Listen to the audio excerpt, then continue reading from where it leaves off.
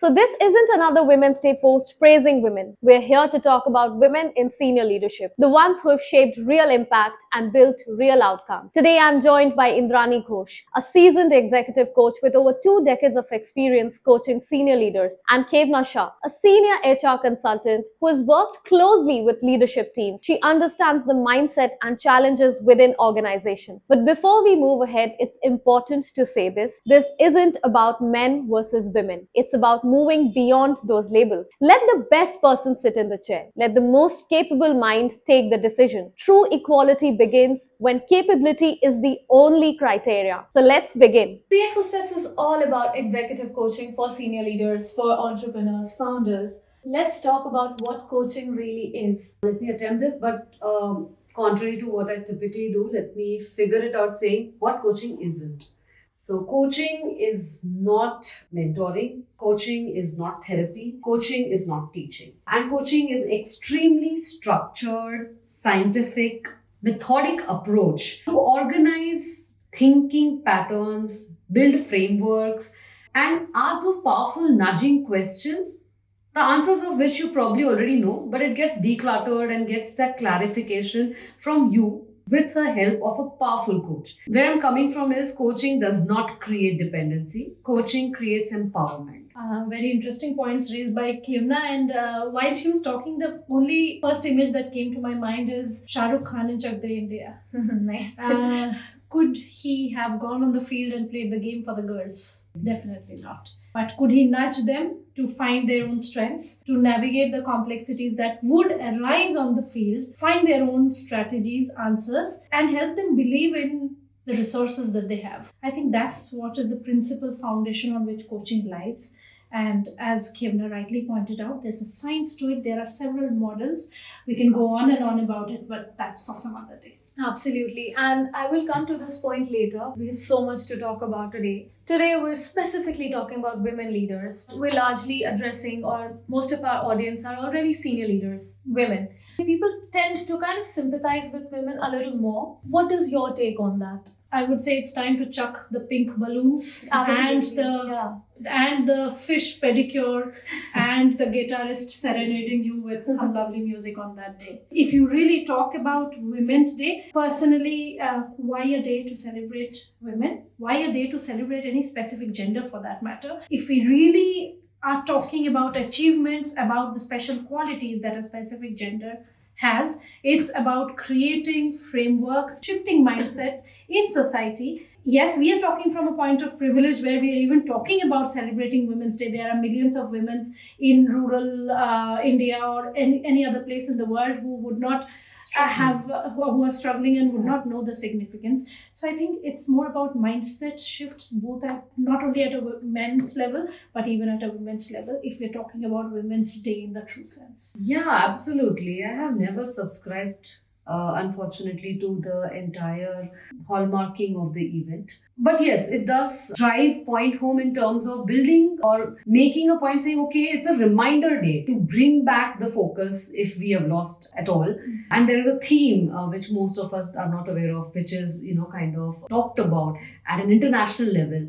But yes, like she said, we come from an entitlement, we come from a lot of privilege. We actually are a small minority of women who have been able to chase multiple professional, personal goals as we've wanted to. So Women's Day from that angle is very different for us. And we should hence not let that privilege go in waste. Opportunities when presented should be best put to use. So we've talked about designations, we've talked about promotions, we've talked about career pivots. What really defines a successful woman? Yeah, women are multi-hatting. There is nothing really novelty about it as such, and it has been over years. It has taken different centuries, different roots, different evolutions over years, which has brought women from a different structure in the society to a different position now, where you want it all. Like you said, why should we not have it all? Yeah. Yes, we have the opportunity, why not? So you're looking for familial duties, you're looking at social standing for yourself, your own hobbies and own friends that you pursue.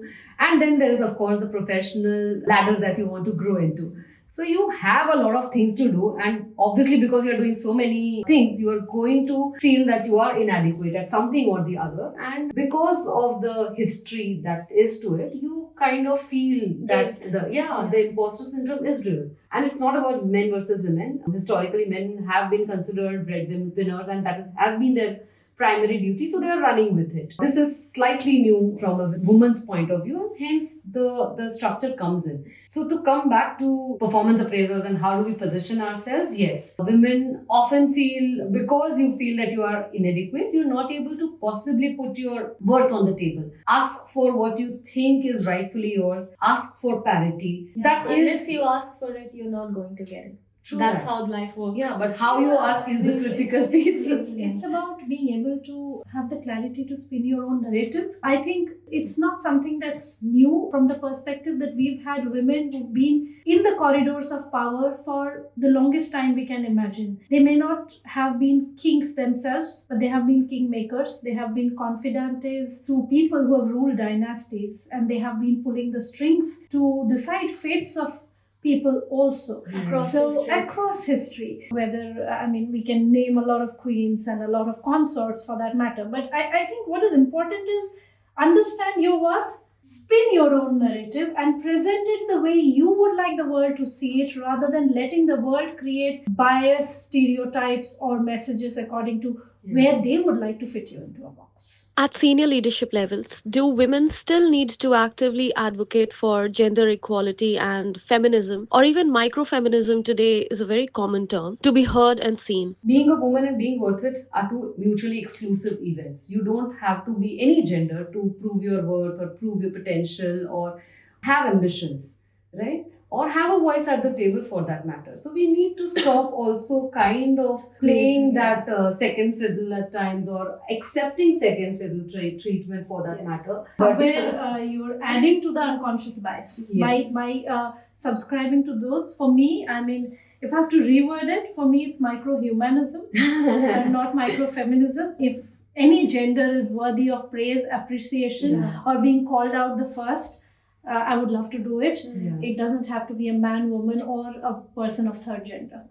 That's irrelevant. And I think it's your clarity of thoughts, it's your achievements, it's your accomplishments, it's your efforts, it's your willingness to step up, keep upgrading, telling the world what you're worth, that makes you a true professional, a true leader. At something that Kevna said, it was about women, they have a pressure. Sometimes they have to prove that they are equally good at family and the career, and then there are so many other things. What's your take on that? I sometimes feel that there's so much pressure on women, especially these days, to excel at everything. Because to prove your worth, you have to excel at everything, or otherwise you accept mediocrity.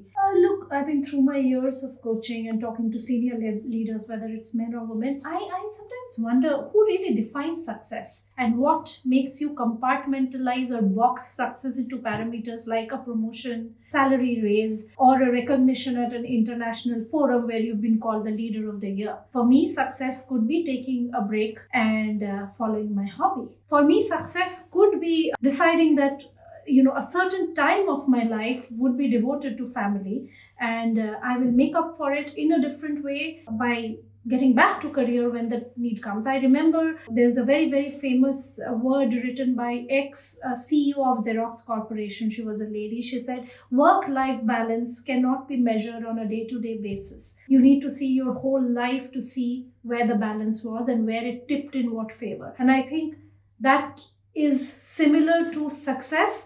You cannot compare your race or your journey, for that matter, not even race, with others. I may find myself absolutely contented and successful with following my passion, hobbies, starting an entrepreneurial venture, no matter how small that is, or being the chairperson of a large corporation. By the way, thank you so much for that, Imrani, because for us, especially the younger generation, for us, work-life balance literally means in my 24 hours, how much time did I give to my work? Did I give a little bit of time to myself, my hobby? But then it's impossible to keep up with that. And we tend to get so exhausted. So that's it's a good learning as well, that don't look at it from a day or a weekly routine, but rather it's a journey. And differs from one person to another. And the additional pressure now is social media. So now it's not only work-life balance, it's work-life integration. They are not separate. You cannot say, oh, I'm at home and I'll not take a call. Yeah. Or if I'm at office, I will not be ordering grocery. You are doing both. And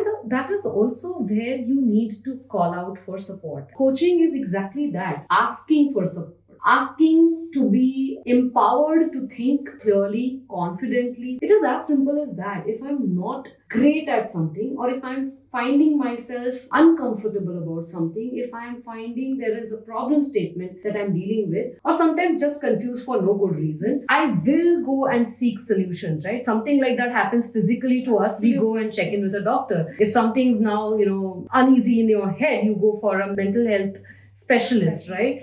So coaching is for your professional and personal journey, Yes. repairing, maintenance, and sometimes growth. Nobody asks you to be first in everything. You are not that quintessential Bollywood hero, right? You define your success, you decide. It is not necessary that everybody needs to be a C-suite executive. Not everybody needs to be, an entrepreneur. Not everybody needs to be a startup enthusiast or what have you. Do what makes sense to you. Define your own successes, but make sure that you are the best at whatever you do. Indrani, what do you think? Is the coaching approach different for men versus women? I don't think the coaching approach really differs. People come in with problems, and that those problems also vary according to your life stages, career, your profession, your general disposition as to how you deal with pressure in life. And that is, I think, gender agnostic. Coaching is using powerful tools to help you navigate, find your way. If I am to metaphorically use it, it's like handing you a torch but not giving you a map. The torch has been given to you. Now navigate, go through the mazes. You will find which corner will take you to the final destination. What it does is it's extremely empowering, because at the end of it, whether it's a man or a woman, you feel you have rewritten your journey yourself. The coach just empowers, doesn't subscribe, doesn't advise, doesn't write your answers for you. So it's absolutely gender agnostic for me as far as my experience. So, Yeah. and I think combining what both of you have said, so first, every person has their own unique journey. And then coaching can come at different points in your life. Mhm. So for somebody, it could be a completely different objective, whereas for someone else, it could be something else. A real good coach helps you, create that structure. I think I will end this with one last question. And this I really want to know from both of you, from your great experience that you've had. Many women leaders feel there's an unspoken pressure to adopt a more traditionally masculine leadership style to be seen as credible at the top. So how true is that? And is that really useful? Shakti, Durga, I don't think I need to say anything else. When did we have to have Shiv Tandav? Durga didn't need to do Shiv Tandav. Durga was Durga, and still she was bold, courageous. She embodies courage by all measures. So I think women need to keep playing women. There's an infinite reservoir of strength that women have. We just need to dig deep into it. We need not wear pants to sit at the chair, which is at the head of a table in a boardroom. We can wear our saris or our skirts as well. I've been loving this conversation, and I really think we could go on and on, because this is what we do almost on a daily basis at CXO Steps office. But thank you so much, Kevna. Thank you so much, Indrani. Hi once again. So if this conversation resonated with you, and if you're wondering what the next phase in your career looks like, whether it's moving to a bigger role, navigating transition, or simply gaining more clarity, we are here to support you in that journey. And remember, seeking support at this stage isn't weakness, it's disciplined leadership. So head over to our website, www.cxosteps.com, and book a free discovery call with us.